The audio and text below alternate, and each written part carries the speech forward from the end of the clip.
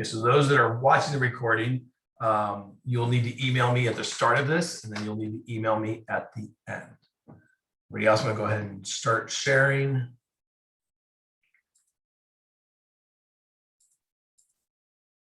All right. So we're going to go through a PowerPoint here.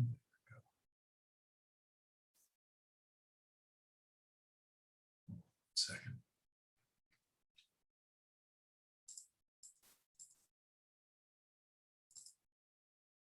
All right. Can everybody see the main PowerPoint? Thumbs up, at least is good. All right, perfect. No, I just lost it. Everybody can see it but me right now. There we go. All right, so the American Red Cross Lifeguarding Blended Learning Virtual Skills Training Course. Professional lifeguard requirements for successful completion of the blended course includes. Sorry, I'm having issues with my computer over here. There we go. Attend and participate in all class sessions, complete all units of the e-learning component, and provide proof of completion to the instructor. So for that, once you finish your online presentation, I know Sean's already emailed me his certificate. You have to email me your certificate, or if you're working through Corey, email him the certificate so that we know prior to you coming in doing the in-person skills, you've already finished the online. On the in-person day, you'll have to demonstrate competency in all required skills and activities, demonstrate competency in all required final rescue skill scenarios, and correctly answer at least 80% of the questions in each of the 2 sections of the final written exam. On the written exams, if you fail to get 80%, we will allow you to retake the ones that you missed. If you still are not at that 80%, we'll have a second test for you to take as well. If for some reason you don't pass at that point, we'll see what we can do to work with you to complete. So being part of a team, the lifeguard team must communicate and work together effectively when responding to emergencies. Effective communications, trust, mutual respect, commitment, and cooperation are crucial elements for working effectively as a team. In your job as a lifeguard, aside from being a team player while responding to emergencies, what can you do as an individual to have a positive effect on team? If you guys just want to type in your answers on the side, that would be great in the chat.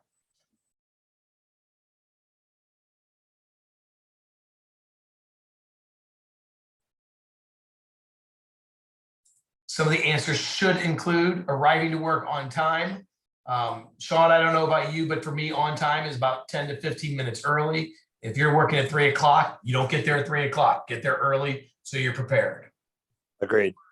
Rotating stations on time. And that's a big one. If you're on stand, you want everybody there prior to. So make sure you're a couple minutes before you're supposed to go up. That way you can jump up right away.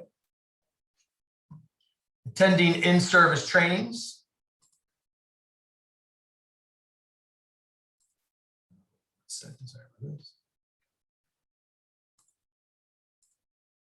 Attending in-service training. So some facilities do have in-service trainings. Enforcing safety rules in a consistent manner. Always make sure you're polite to the members, especially if you're working at country clubs. You always want to make sure you're treating everybody with respect. Communicating clearly while treating others with respect.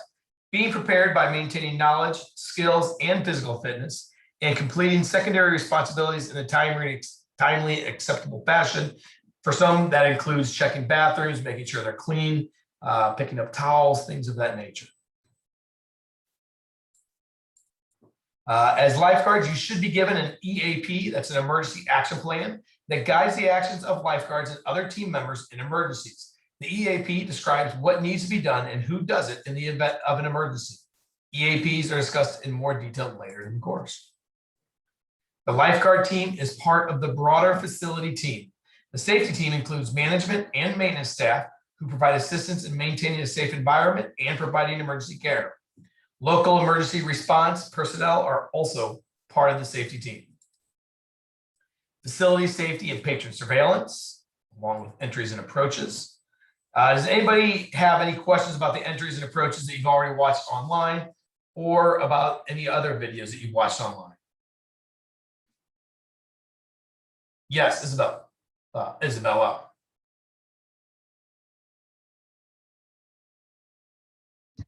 Hi, sorry, my mouse went off screen for a second. I'm using That's two okay. monitors. I understand. Okay, so you've mentioned several times watching videos online. I have not done that. Was that included in the email? So that was the online blended portion. Have you done that portion yet? No, I don't think so. Okay, you got to get that done. So if you haven't done that, make sure you get that done. That's where all the videos are. And that has to be done prior to, if you're a new guard, prior to next Saturday. If you're a returning guard, prior at least to that one that we're doing in May, if you're not going to do next Saturday. Okay, where would I find that? Do me a favor. In the chat, give me your email address and tell me you need the online portion, and I will send you an email at the end. I can do that, but I don't have my work email memorized. Can I go over to my other computer and pull it up really quick? Oh, of course. Yeah, just thank you. Yeah. I'll be right back. Plenty of time. Don't worry about it. All right. Anybody else have any other questions? All right. Complete the following assignments prior to the start. We're going to go ahead and go through this right now. Injury prevention or water rescue. Okay, so those are all things you're doing with the online portion. Rescues at or near the surface. Anybody have any questions about rescues at or near the surface? What are the different rescue skills that lifeguards use to rescue a victim at or near the surface in the water? You have a reach and assist. So that would just be on deck. You can kind of reach your leg out to them, reach your hand out to them, or even use a life-saving equipment there as well. A simple assist. So that's really someone that's probably just in shallow water where you can stand, you can jump in, lift them up, and take care of them. You've got an active victim front rescue and an active victim rear rescue. Those are people that are in the process of drowning, or at least struggling, not drowning necessarily, but at least struggling, and they need some help, so they're moving around. Passive victim front rescue or passive victim rear rescue. Both of those victims, they're ones that maybe are face down and they are not really moving, so you need to get to them very quickly. And then a multiple victim rescue. So what is the purpose of an EAP? The purpose of an EAP, again, that's Emergency Action Plan, is to describe everyone's responsibility in an emergency. So hopefully, you know, facilities that you're at, they have all that information and they'll tell you step by step. For example, if you're on the guard stand and you see somebody that's going under, your responsibility most likely would be a couple of quick whistle blasts, point to where you're going, and then you're going to dive in or jump in however you would enter the water there. The other guard that may be on the stand as well, their responsibility would be to stand up and point into the direction of where that rescue is going on, as well as making sure to maintain complete surveillance of the pool. And then the outcoming guards or managers, their responsibility would be to assist in any way, shape, or form, and then call EMS if needed. Submerged victim rescues and extrications. Extrications are pulling people out of the water. What are some examples of submerged victim rescues that you saw in the video? And so Isabella, I know you're going to watch that later. Passive submerged victim in shallow water, as well as submerged victim in deep water. When performing a submerged victim rescue in deep water, techniques should lifeguards use to submerge underwater to reach the victim?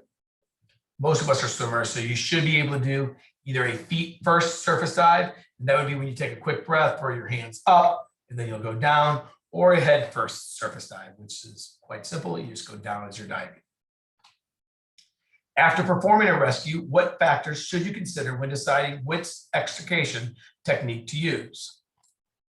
You want to make sure you're determining their size, their condition, and what kind of facility do you have? Like if you have a facility that has zero depth where you can take them and walk them straight out, try to move them to that area. If you have a high gutter, that may mean that you need to lift them up a little bit higher. If you have shallow gutters, then you can kind of pull them straight out. So all of those things you'll look at will help determine how you're going to get them out of the water. Before providing care, victim assessment, and breathing emergencies. What are diseases that are of primary concern for you as a lifeguard? So these are why you always want to make sure you're using your PPE, your personal protective equipment. You want to worry about hepatitis B, hepatitis C, HIV, and then obviously now we're also a little bit more worried about COVID. We're not going to practice removing gloves now because none of you have them, but we'll practice those on Saturday. General procedures for emergency on land. Using your senses, what information can you gather about the scene of an emergency? You want to look at the site, so look for hazardous conditions, number of victims, as well as number of bystanders. You want to check out the smell, see if you have any odors that might suggest chemical release, intoxication, a diabetic emergency, or burning objects, as well as in hearing, unusual sounds, cries for help, or even splashing at or near the surface. Why else is a scene size up necessary? You want to ensure the safety for the rescuers, the victims, and all bystanders. You want to identify necessary PPE. You want to perform an initial impression by looking for signs that may indicate a life-threatening emergency. You want to determine the mechanism of an injury or the nature of the illness. You want to determine the number of victims and identify what help may be required.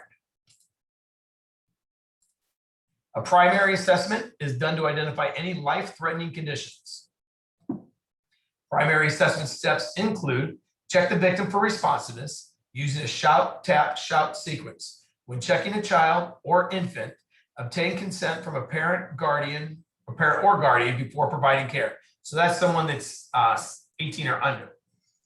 Open the victim's airway and check for breathing and a pulse simultaneously. So if you shout at somebody, hey, John, are you okay? Are you okay? If there's no response there, you want to make sure you summon EMS. Then you're going to tap and shout them again. Are you okay? Are you okay? If there's still no response, that's when you summon EMS. Once you do that, then you're going to start checking for the pulse. You're going to check for breathing. You're going to check for the pulse, the carotid artery on an adult and a child, and then for the brachial pulse in an infant. So that's more at the bicep. If the chest is not clearly rise when attempting either of the first two ventilations, you're going to re-tilt that head and try to give another ventilation. If after the second attempt, the chest clearly rises, you're going to give one more ventilation. So there are two successful ventilations. If after the second attempt, the chest does not clearly rise, immediately begin CPR. You're going to begin CPR because you're going to assume you have an unconscious choking victim, and the CPR compressions will hopefully help dislodge whatever is obstructing the airway.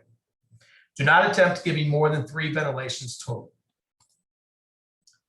In general, if a victim is unresponsive but breathing and you do not suspect a head, neck, or spinal injury, place the victim in a sideline recovery position. The reason why you want to lay them on the side is if they throw up, you don't want that to go right down their chest again and maybe get caught and start choking. So you want them on the side, so if they throw up, it all goes right out. Recovery position should also be used whenever you are alone and need to leave the scene. So for example, if you're doing CPR on somebody, no one else has been around, you have to go call 911. You lay them on the side after a minute, you go call 911, come back, and then re-begin. Anybody have any questions about primary assessments? What types of life-threatening conditions are you looking for during a primary assessment? So, I mean, you're looking to see if you see any blood, you're looking to see if you see any, if they're just on deck, you may want to look to see if there's anything that could have caused the accident to see why are they down. You want to see if the victim is breathing and does the victim have a pulse? In what situations would you give 2 ventilations during the primary assessment? You're going to do that for any victim who is not breathing, has no pulse as a result of a drowning, which is obviously most of what we would hopefully not have to do with, but would have to do with. How long do you check for a pulse and breathing during the primary assessment? Anybody know that? You're going to do that for 5 to 10 seconds. Okay, so at least 5, no more than 10. What are the techniques for opening a victim's airway to give ventilations? From the side, you're going to use the head tilt, chin lift. So from the victim's head, you're going to tilt the head back using the jaw, or you're going to do from the victim's head, you're going to tilt the head back using a jaw thrust maneuver if the victim is suspected of having a head, neck, or spinal injury. Use the jaw thrust without head extension maneuver then. So from the side, you're just going to take the head, your hand on the forehead, hand on the bony part of the chin, and you're just going to tilt it back a little bit. On a child, you're going to go a little bit less. On an infant, you want to just keep their head in a neutral position. Once you turn that head back, you could make that throat close up, and they're not going to be able to get any air. What should you do if your ventilation does not make the chest clearly rise? As we talked before, re-tilt the victim's head and reattempt another ventilation. We're going to discuss the elements that are unique when performing the primary assessment for a drowning victim, including when to give ventilations, as well as unique elements when performing the primary assessment on a child, including getting consent, opening the airway, and giving ventilations. So you always want to make sure that when you're dealing with a child, if there's a parent there, make sure you have consent. If there's no parent there and the child is unconscious, consent is implied, right? If it's an adult and there's nobody there to talk to and they're unconscious, consent is implied. But if you can, always get consent. If for whatever reason they say, no, we don't want you to help, I would first call EMS, let them know that you have someone there that's unconscious, unresponsive, whatever you need to let them know, and that the parent is not giving consent. And then I would stay with them as well to make sure that they may change their mind. So always be near them if you can. We'll practice all the head tilt or the head tilt, chin lift technique, jaw thrust, and the jaw thrust out. Head extension, we'll do all of that later. Not today, but we'll do that when we're in person, because when we do the in person, we'll do the CPR portion, which is where we'll go through all that. What other conditions may occur in the aquatic environment that might require some of the EMS personnel? There could be an underwater recovery of a person who may have inhaled water, seizures in the water, or suspected or obvious injuries to the head, neck, or spine.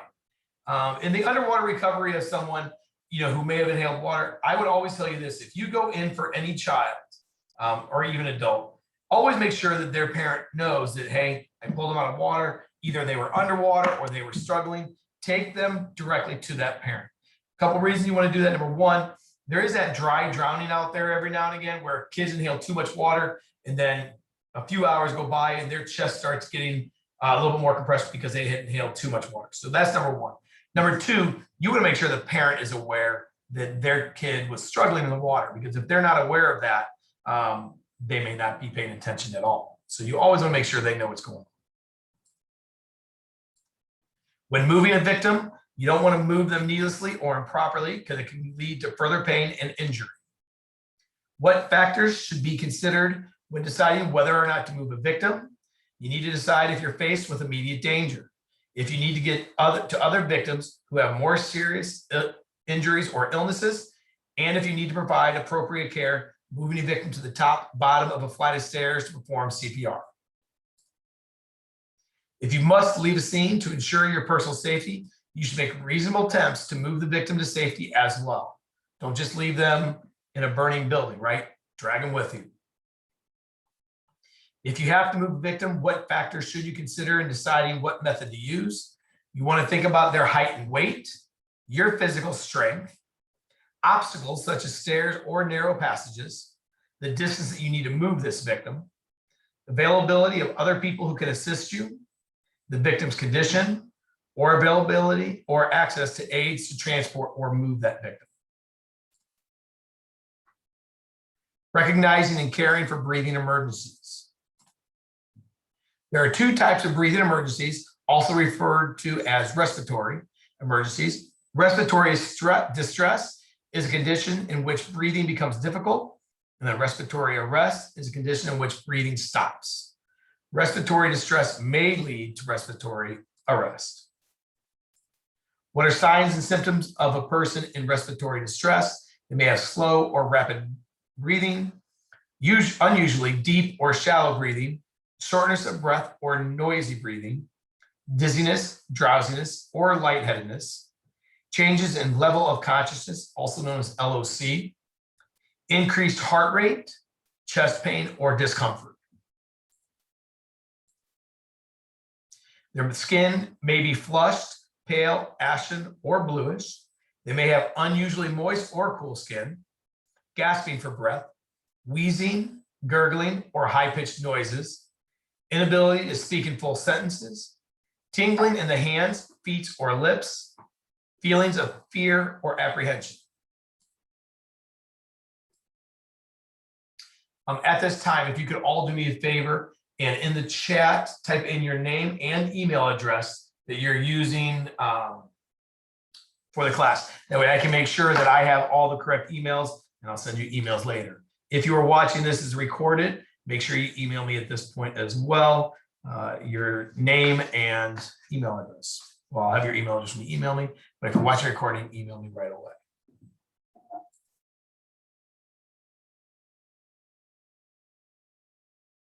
And make sure you add your email address as well.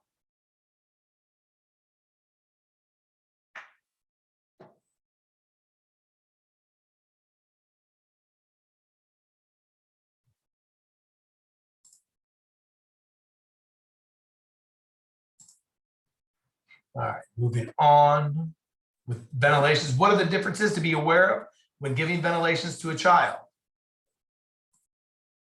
When opening a child's airway, you're going to tilt the head slightly past the neutral position, but not as far as you would for an adult.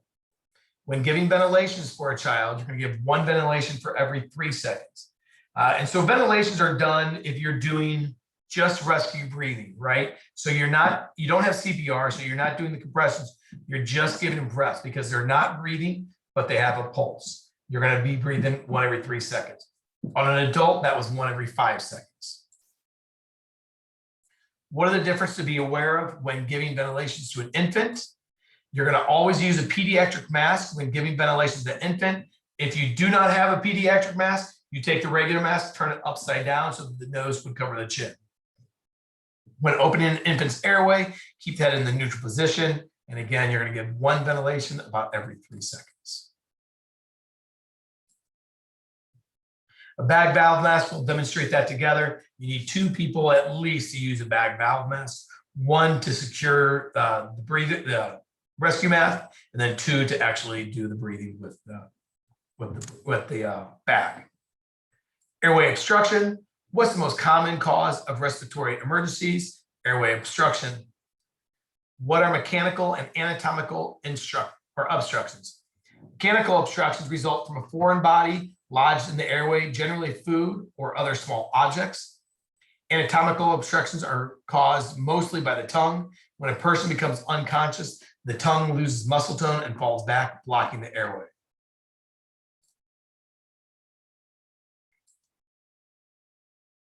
So these are things, again, we'll do all of these next week or in May when you're doing it, but you'll practice obstructed airway for adults. You're going to perform 5 abdominal thrusts. You'll verbalize and demonstrate the proper foot position and stance for the provider. You're going to stand with 1 foot in front of the other with knees bent for balance and stability. You'll use 1 or 2 fingers on your one hand to find the navel, and then you're going to make a fist with the other hand, and you're going to go right above where your hands are. Cover your fist with the other hand. Simulate pulling inward and upward to give an abdominal thrust. Only simulate them. So when we do those, don't do full abdominal thrust, and then don't do full back blows as well. Providing back blows, you're going to verbalize. You're going to stand behind the patient with 1 foot in front of the other for balance and stability. You're going to place 1 hand across their chest and then grab their shoulder and lean forward as parallel to the floor to possibly demonstrate the patient's body position for performing back blows. And then you're going to give them 5 back blows. So you go opposite of 5 back blows, 5 abdominal thrusts. And you're going to do this until they either dislodge the object or they become unconscious. If they do become unconscious, you want to make sure you lay them down on a firm, flat surface. With a child who's a conscious choking child, you're going to get on 1 knee if they're too short and stand behind them that way. You don't want to be towering over them. If they're a shorter child, then an infant is a completely different way, and we'll demonstrate that on Saturday. Cardiac emergencies and using an automated external defibrillator, AED. For cardiac arrest, there could be sudden collapse, unresponsiveness, no normal breathing, no pulse. What's the difference between a heart attack and a cardiac arrest? A heart attack occurs when the heart muscle experiences a loss of oxygenated blood. Cardiac arrest occurs when the heart stops beating or the heart is beating too irregularly or too weakly to circulate the blood effectively. The victim is unresponsive, does not breathe normally, and has no pulse. A heart attack may cause cardiac arrest. CPR is a combination of chest compressions and ventilations to circulate the blood that contains oxygen to the brain and other vital organs of a person whose heart and breathing have stopped. How can you make sure that your chest compressions are effective? Make sure that the victim is on a firm, flat surface. Correctly position the hands for compressions. Compressing the chest in a straight down manner to the proper depth. Performing compressions at a proper rate. Making sure the chest is exposed to ensure that the chest recoils between each compression. Make sure you always keep your hands in contact with the chest. Minimizing the interruptions in CPR.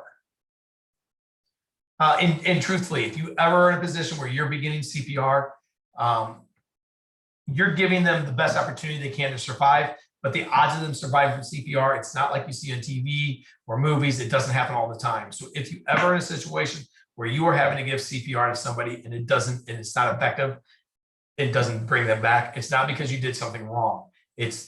You're just giving them a better opportunity, better chance for somebody else more experienced to get there to help.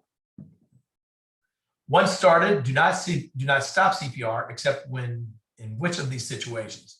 If you notice an obvious sign of life, such as normal breathing, if an AED is ready to analyze the victim's heartbeat, or if an AED is ready to shock, another trained responder or EMS personnel takes over, if you become alone and too exhausted to continue, or if the scene becomes unsafe. What should you do if at any time you notice normal breathing? Number one, stop CPR. Continue to monitor the victim's condition. Be prepared to resume care if necessary. So just because you stop CPR, don't leave them. Stay there until EMS arrives. Let EMS come and take over what's going on. You don't stop. Anybody have any questions about CPR? Okay. 2 rescuer CPR, adult and child. What is 2 rescuer CPR? It's when one rescuer is giving ventilations while the other performs chest compressions. How often should you switch positions? Every 2 minutes. So when you're switching positions, you're going to go, so you've been doing CPR for 2 minutes. If I'm doing the compression, I'm going to go 27, 28, 29, switch. The person who's doing the ventilation is going to give 2 ventilations, and then they're going to begin doing compressions. I will then rotate around to the other side, and I will use my mask and then start ventilations as soon as they're done. When CPR is in progress by one rescuer, a second rescuer arrives. That second rescuer should confirm whether or not EMS has been summoned. If not, the second rescuer then should do so before getting the AED or assisting with care. Once you know what's going on, then you can assist as that second rescuer. When the heart stops, what are the 2 most common treatable abnormal rhythms associated with sudden cardiac arrest? Ventricular fibrillation, VFib, or ventricular tachycardia, VTAC. What is an AED? It's a portable electronic device that analyzes the heart rhythm and provides electrical shock. If there is no abnormal heart rhythm detected, they will go ahead and they will not advise a shock. You'll begin 2 minutes of CPR. Each minute that CPR and defibrillation are delayed, the victim's chance for survival is reduced by about 10%. And so that's why once you get to a point, you have someone, you've confirmed that they're unconscious, you tell someone to go call EMS and bring back an AED machine.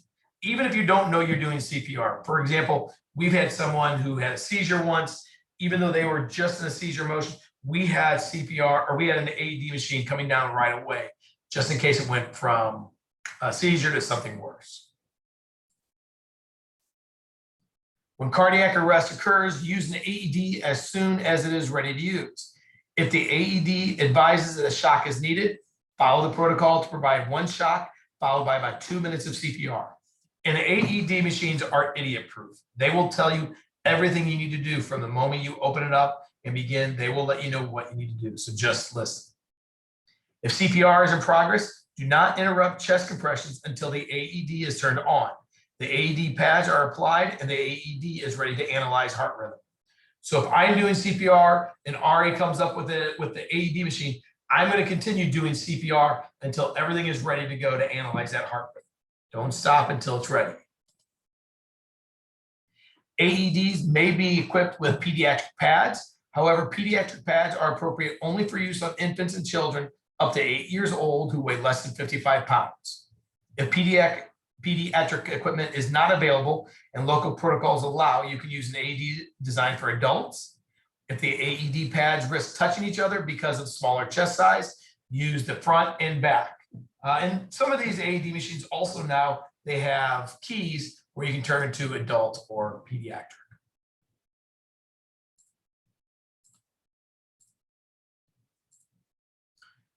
Anybody have any questions about AEDs?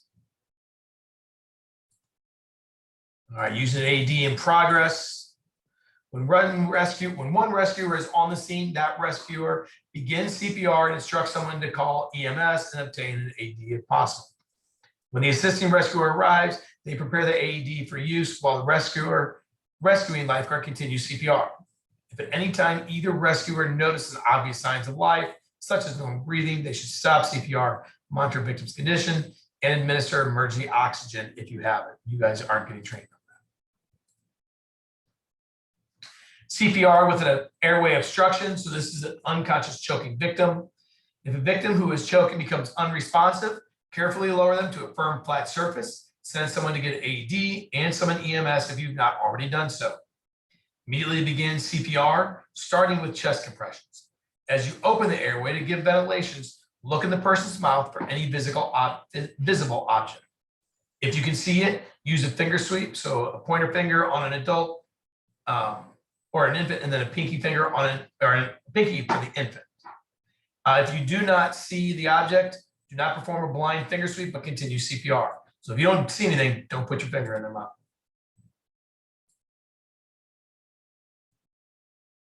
The multiple rescuer will go over the day when we meet in person. This first aid.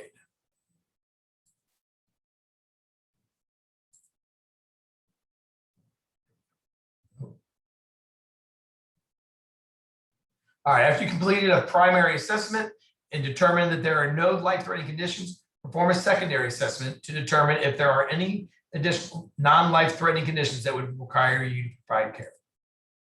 So this is when you're going to use the sample method.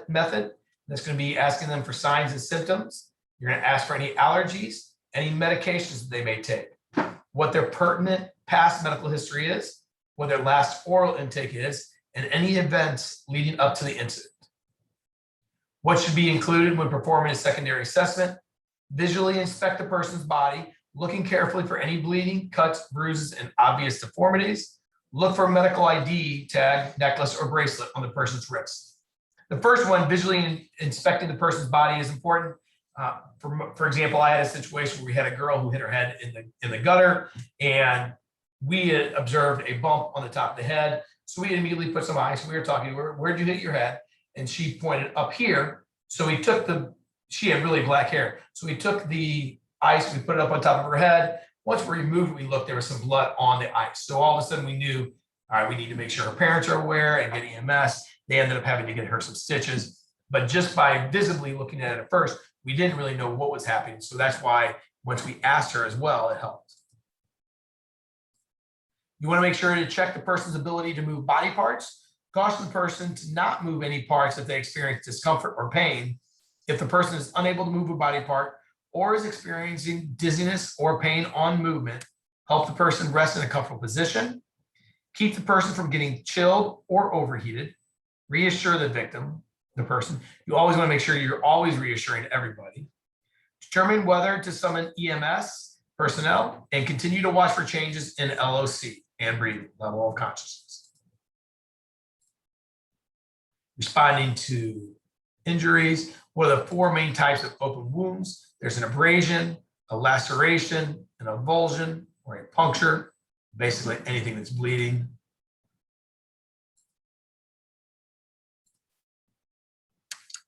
So when you're going to control external bleeding, you're going to take a gauze pad, you're going to place it on their arm. You can ask them to hold it, and then you're going to apply a dressing around that. If it bleeds all the way through the first gauze, you're going to put another one on top of that first gauze pad, and then to apply direct pressure again. Do not remove the first gauze pad or place more than 1 gauze pad on top of the first. Once you do 2, if it's still bleeding, make sure you call 911 or the designated emergency number and monitor the person for signs of symptoms or shock. When bleeding stops, check for circulation, feeling, warmth, and color beyond the injury. You're going to apply the bandage by wrapping roller gauze around the wound several times to hold the gauze. So you'll tie or tape the bandage to secure it, and then you'll check for circulation. Again, once you're done, remove your gloves and you wash your hands. Signs of symptoms of shock would be restless or irritability, altered LOC, pale or ashen, cool, moist skin, nausea or vomiting, rapid breathing and pulse, excessive thirst. What are some ways to minimize the effects of shock? You're going to make sure the EMS personnel has been summoned, monitor the victim's condition and watch for changes in LOC, control any external bleeding. LOC is level of consciousness. Control any external bleeding, keep the victim from getting chilled or overheated, have the victim lie flat on their back. What are some ways to minimize the effect of shock? Continue. Backward too much.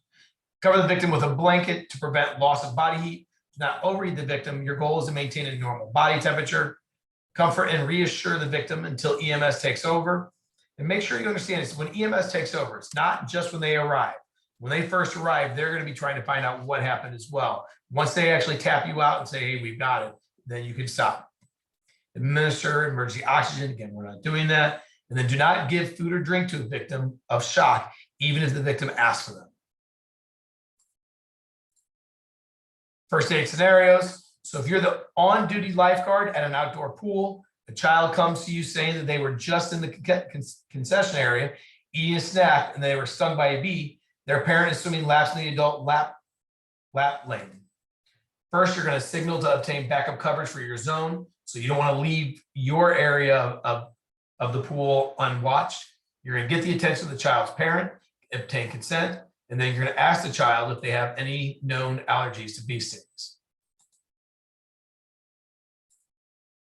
You're going to check for signs and symptoms of pain, redness or swelling, possible presence of a stinger, and then signal of an allergic reaction, such as rash or hives, feeling of tightness in the chest and throat, shortness of breath, or swelling of the face, neck, or tongue.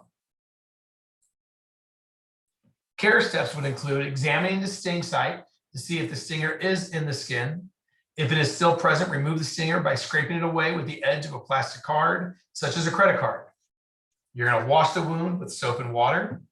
You're going to cover the site with a dressing and keep the wound clean. Apply a cold pack to the site to reduce pain and swelling. Watch the victim for signals of an allergic reaction. Monitor the victim's condition and look for a change in LOC. Keep the victim comfortable and summon EMS personnel for any life-threatening conditions such as a breathing emergency. The follow-up, you're going to have the child remain in the first aid area for a few minutes and watch the child for signs of an allergic reaction. And you're going to tell the child and the parent to alert a lifeguard or other staff member if the symptoms get worse. Next scenario would be if you're on break when an adult tells you that their friend is not feeling well and needs help. The patron tells you that they are wearing a diabetic ID bracelet. First, you're going to obtain consent from that patron who's not feeling well. Then you're going to check for signs and symptoms. The patron told you they're not feeling well, and their medical ID bracelet tells you of the condition. You're going to check if the person is awake and can safely swallow, follow simple commands, give them some sugar. If it's available, give them 15 to 20 grams of sugar in the form of glucose tablets to the victim, which you probably won't have. If not available, 15 grams of sugar from several sources can be given, including glucose, sucrose containing candies, jelly beans, orange juice, or whole milk. Summon EMS personnel if the person is unresponsive. If the person is responsive but not fully awake or is unable to swallow. The person does not feel better within about 10 to 15 minutes after taking sugar, or they get worse. A form of sugar cannot be found immediately. Do not spend time looking for it. As a follow-up, you're going to ask the patron to remain there until they clearly feel better, at least for 5 minutes. And then you're going to tell the person to alert a lifeguard or staff member if the symptoms reoccur. Scenario 3, if you're on a break in the lifeguard room, through the window, you notice the patron on deck who appears to be having a seizure. Initially, you're going to start the EAP, emergency action plan. Check for signs and symptoms. They may last 1 to 3 minutes and can produce a wide range of symptoms or signs and symptoms. They may lose consciousness and fall. They may become rigid and then experience sudden, uncontrollable muscular convulsions that could last for several minutes. Their breathing may become irregular and even stop temporarily.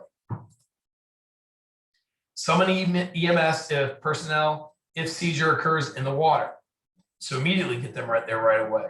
If this is the person's first seizure. So if you find out they've never had one before, call EMS. The seizure lasts more than 5 minutes. The person has repeated seizures with no lucid period. The person appears to be injured. The cause of the seizure is unknown. The person is pregnant. The person is known to have diabetes. The person fails to regain consciousness after the seizure, or if the person is elderly and may have suffered a stroke. To follow up, you're going to stay with the person until they are fully conscious and aware of their surroundings, and you're going to offer to let the person remain in the first aid area to rest. Care steps, you're going to protect the person from injury by moving nearby objects away from them. You're going to position the person on their side, if possible, after the seizure passes so that fluid can drain from their mouth. And you're going to check to see if the person was injured during the seizure. If you're hosing down the deck and as a part of your secondary responsibilities, a regular patron approaches, tries to ask you a question. Their speech seems impaired and you cannot understand what they're saying. You're going to activate the EAP and then obtain consent if able to do so.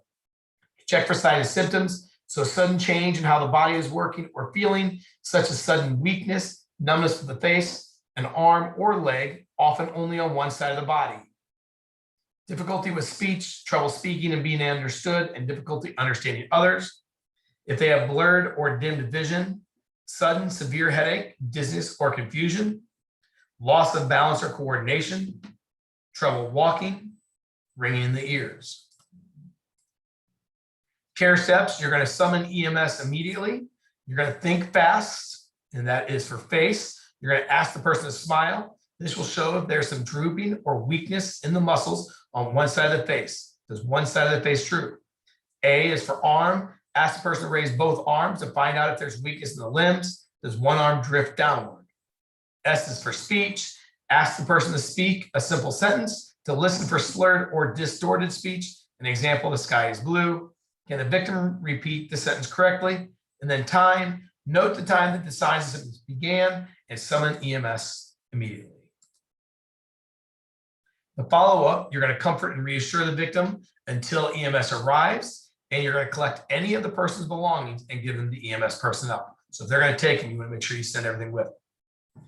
Don't forget you're activating the EAP, emergency action plan, and then you're obtaining consent if you're able to do so. Signs and symptoms would include sudden change in how the body is working or feeling, such as sudden weakness or numbness of the face and arm, only on one side. Sorry, I went backwards. I didn't realize that. Scenario 5, you're on duty as a lifeguard. Your guard station is on the deck at the shallow end of the pool. An adult is exiting the pool using the ladder that slips in his mouth on the railing. When you approach the victim, you notice that he is missing a tooth, which he is holding in his hand and bleeding from the mouth. First, you're going to begin by obtaining consent from the patron who's not feeling well. And then signs and symptoms, you're going to see that the tooth is missing and they have it in their position and they're bleeding from that specific area. Care steps. You're going to rinse the victim's mouth with cold tap water if available. Have the victim lean slightly forward or place the victim on their side. You want to try to prevent the victim from swallowing the blood, which could cause nausea or vomiting. Have the victim bite down on a rolled sterile dressing in the space left by the tooth. Save the displaced tooth. Carefully pick up the tooth by the crown, the white part, not the root. Rinse off the root of the tooth with water if it's dirty. Do not scrub it or remove any attached tissue fragments. Place the tooth in milk. If milk is not available, place the tooth in clean water and keep it with the victim. Advise the victim to get to a dentist with the tooth as soon as possible. You're on break when a concession worker comes to you and tells you help is needed. Another concession worker has been burned by hot oil from the popcorn machine. Obviously, you're going to start by obtaining consent. Signs and symptoms: the burned area of an arm on the arm and hand, red skin with blisters beginning to form. Care steps: you're going to stop the burning by removing the person from the source of the burn. They hadn't already done that. You're going to cool the burned area with large amounts of water, cold or tap, for at least 10 minutes. If the cool or cold water is not available, use a cool or cold compress that is clean. Monitor the victim for hypothermia when cooling large burns. Cover the burned area with loose and a sterile dressing, and then comfort and reassure the victim. Advise the person to follow up with a doctor.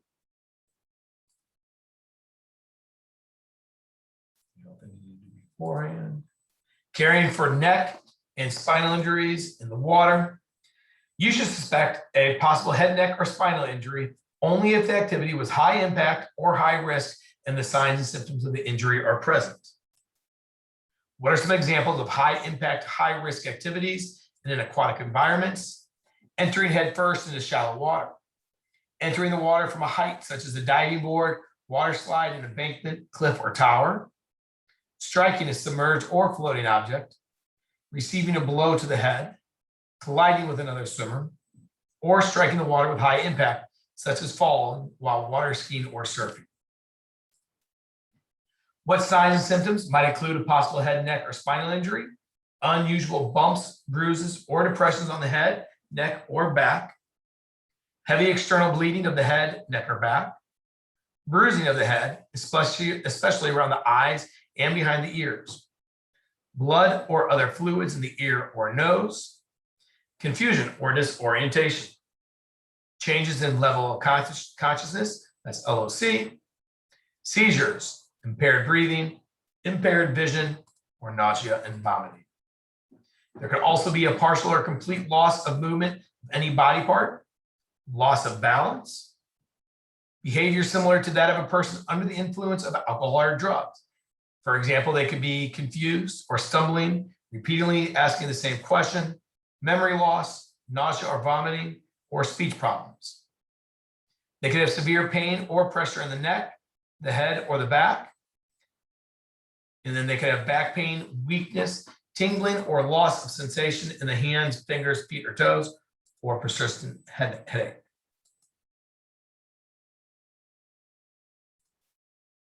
All right, so the exams, we'll do the day of the exam. One more thing I want to show you real quick. Now we're going to show you a video. I'm going to show you a video of Yoni Gottesman. So this is what happens sometimes if you're not really doing a good job of surveilling the pool. So you always want to make sure your eyes are constantly moving up, down, sideways. Watch the middle of the pool. You also want to be aware when you're playing with kids that sometimes these kids aren't as strong as swimmers as maybe you are. So this is a video of Yoni Gottesman, a 4-year-old who drowned years ago. His parents put this video online so that lifeguards and other people can see the importance of always paying attention.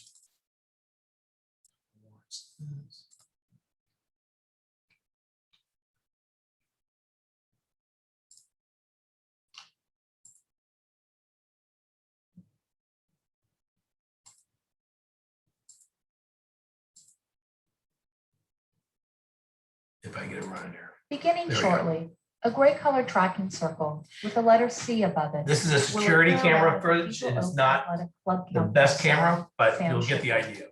Shipley was in the pool with Yoni Gottesman and aggressively dunked little Yoni underwater numerous times before he died. A red-colored tracking circle will appear around Yoni. The tracking circles will follow these two throughout the video. COAC counselor Shipley dunks Yoni underwater.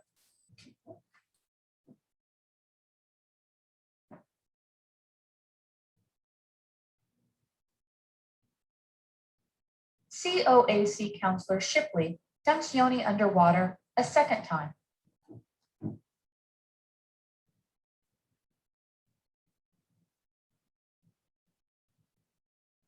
COAC counselor Shipley dunks Yoni underwater a third time. You look to the right of your screen, COAC Counselor Shipley right about there is the lifeguard watching the whole situation.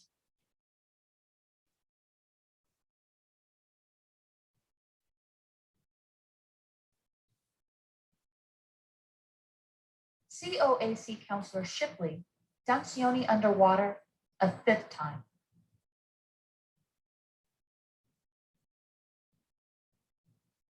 COAC Counselor Shipley dunks Yoni underwater a 6th time.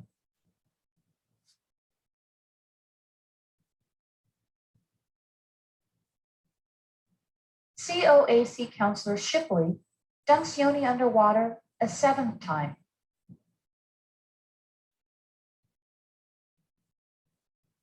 COAC Counselor Shipley dunks Yoni underwater an 8th time.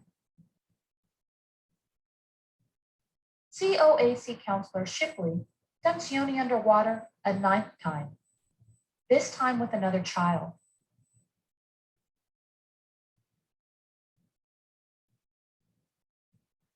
Lifeguard is now leaving their position. COAC Counselor Shipley dunks Yoni underwater a 10th time, again with the other child.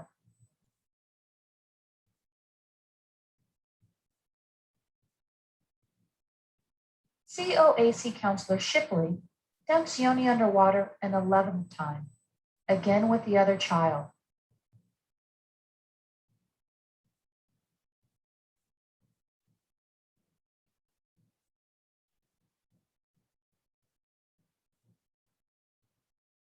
The COAC lifeguard on the far side of the pool, David Marin, leaves his station. COAC Counselor Shipley dunks Yoni underwater a 12th time, again with the other child. The other lifeguard is walking back into his position, but not really looking at the pool. COAC Counselor Shipley is surrounded by numerous children, including Yoni. He swims away toward the lane line, and they swim after him.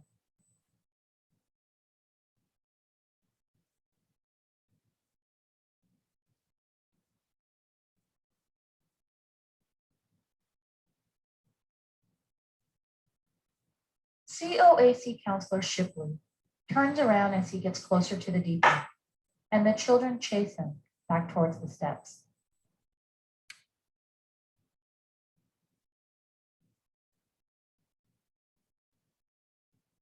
Yoni desperately attempts to reach COAC Counselor Shipley, but Shipley continues to dodge the children. After Shipley deserts him, Yoni is unable to make it to the wall. He stops moving approximately 5 feet from the wall and begins to float face down. COAC lifeguard Marin returns to his station. The COAC lifeguard on the near side of the pool, Michael Bowen, leaves his station for approximately 21 seconds to clean off a kickboard. You can look at this, you can see where Yoni is. He's about 8 feet away from where the lifeguard station is. And he's no longer moving.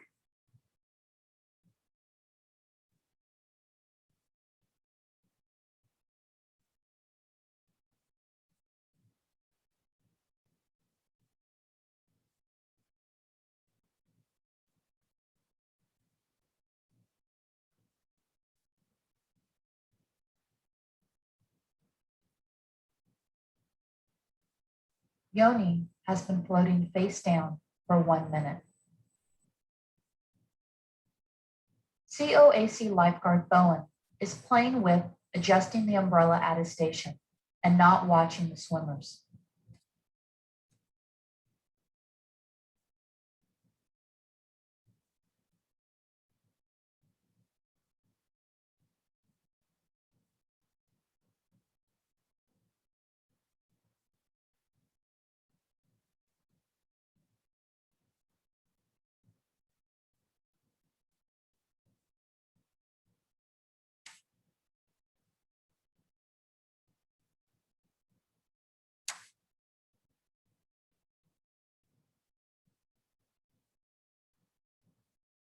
COAC lifeguard Bowen turns away from the pool for approximately 16 seconds to adjust the parka jacket on his chair.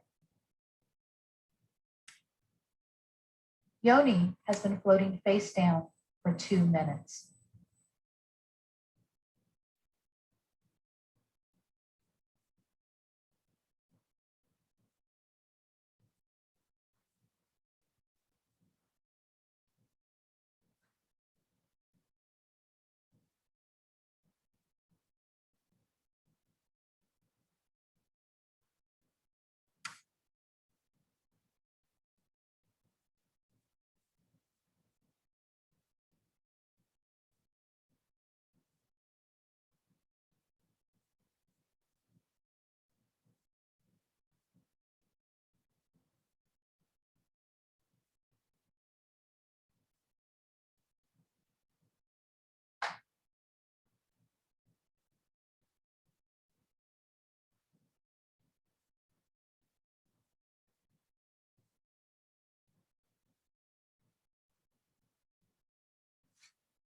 Yoni has been floating face down for 3 minutes.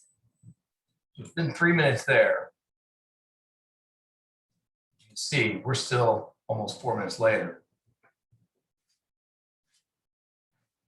Still floating right in the exact same area, right in front of the lifeguard.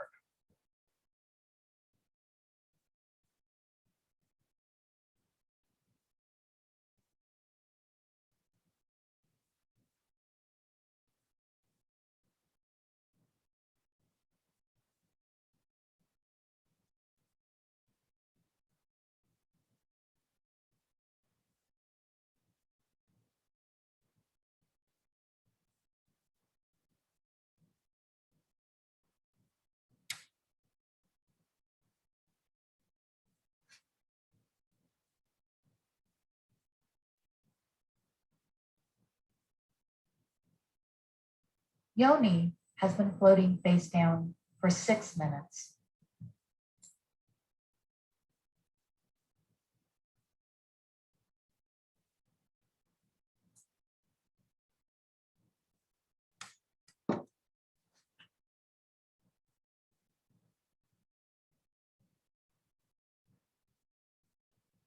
A female COAC counselor on the pool deck points out Yoni to lifeguard Bowen, who still had not taken any notice of him. COAC lifeguard Bowen jumps in the water. COAC lifeguard Bowen pulls Yoni from the water and places him on the pool deck after Yoni had been floating right in front of him for more than 8 minutes. 8 minutes. So it's important with this job that when you're a lifeguard, you're always paying attention to what's going on in the pool. Always make sure you're aware of your surroundings. And even as you're walking the pool, make sure you're looking at the pool the entire time. 8 minutes, and that kid was 5 feet from him the entire time. So just be aware. Yoni was 4 years old when that happened, unfortunately. His parents put that on there for other people to pay attention to see how quickly things can change. Anybody have any questions? All right, if you have not yet put your email address in the chat, please make sure it's there. Otherwise, thank you all very much, and we'll either see you next Saturday. I'll send up a follow-up email later. Isabella, I'll for sure send you the link for the online portion, and we'll see you guys all soon. Thank you all. Have a good weekend. Thank you. Thanks, Mark. Thank you. For those of you that are watching the recorded Thank you. device, email me as soon as this is over. Thank you all. Have a good day. What came out of the court case? Was there any court case involved? You know what? There is a court case, and I don't know what came out of it. They were all held legally and financially responsible. And I think the camp ended up closing down too. I just like looked it up and it said that it was unlicensed, like the swim Yeah. camp. Yeah, and And- there's another video which I don't have, but actually show them doing CPR, and even the CPR was awful. I mean, the guard seemed to have no idea what was going on. Oh my. Yeah, that was awful. It was one of the scariest videos I've ever seen. Well, so just what was it happening there? Were they dunking